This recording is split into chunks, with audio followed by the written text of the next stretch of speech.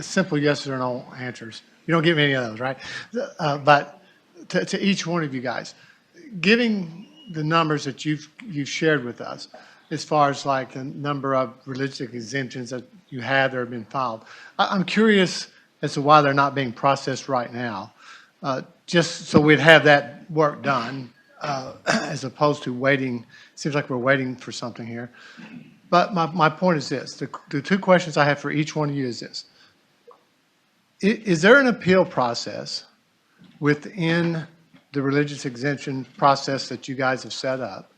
And if there is, will you assure us that if we allow this to go forward, the time is that each one of those that you have right now and that will be filed will be able to be processed, and the appeals process, if there are appeals for those, prior to these dates that the federal government is putting down now? I mean, I'm really concerned that someone could kind of get the last day before say, well, your religious exemption is not, and then they don't have time to have it appealed, and we're putting these people in a bad position.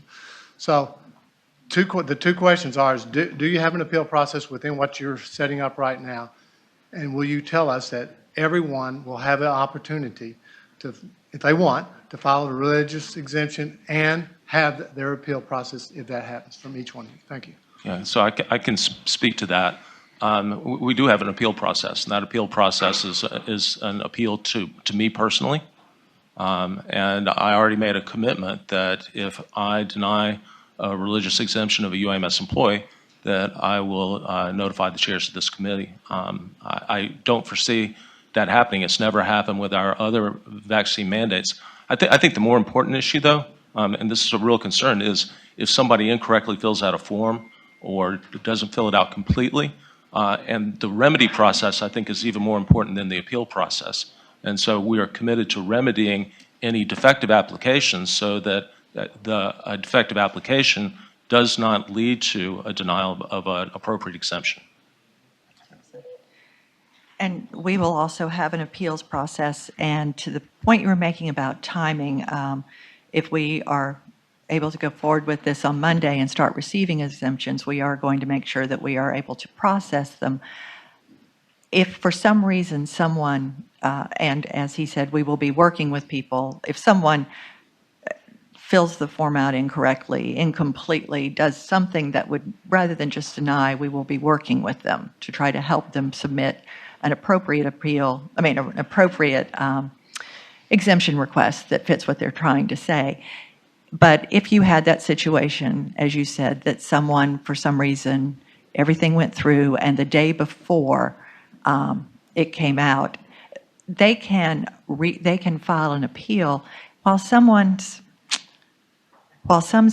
exemption request is awaiting consideration, or while their appeal is awaiting consideration.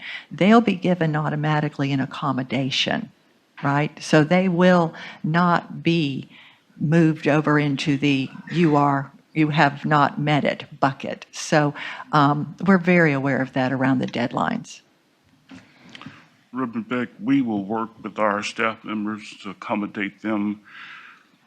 My experience that in writing policies, you could never cover 100% of the circumstances. There's a human factor. And in the Arkansas Department of Veterans Affairs, we value our staff members, and I will take every consideration under consideration.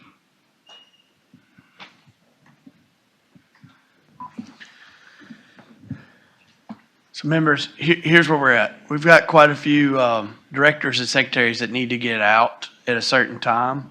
Peer agenda is what's holding them.